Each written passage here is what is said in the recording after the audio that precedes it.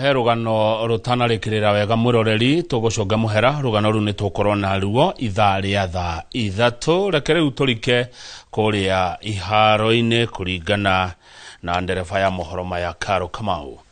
Ndũgamano iria iriho na irathie na mbere gatagati ka irabu cia ligi nene ya airetu bururi-ini Kenya Women Premier League na kiama kia FKF de guthiraga yatira.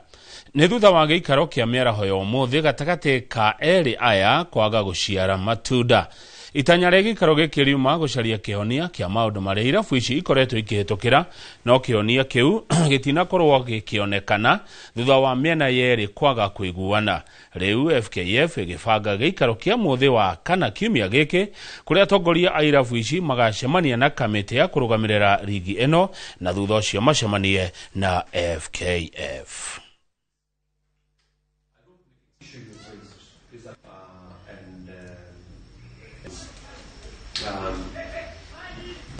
It was more of a clear the air meeting.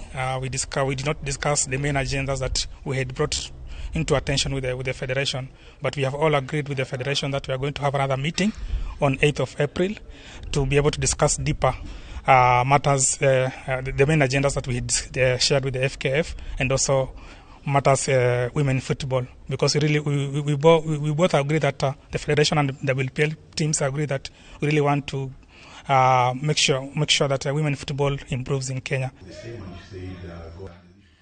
Timu ya athaki 17 a muthako wa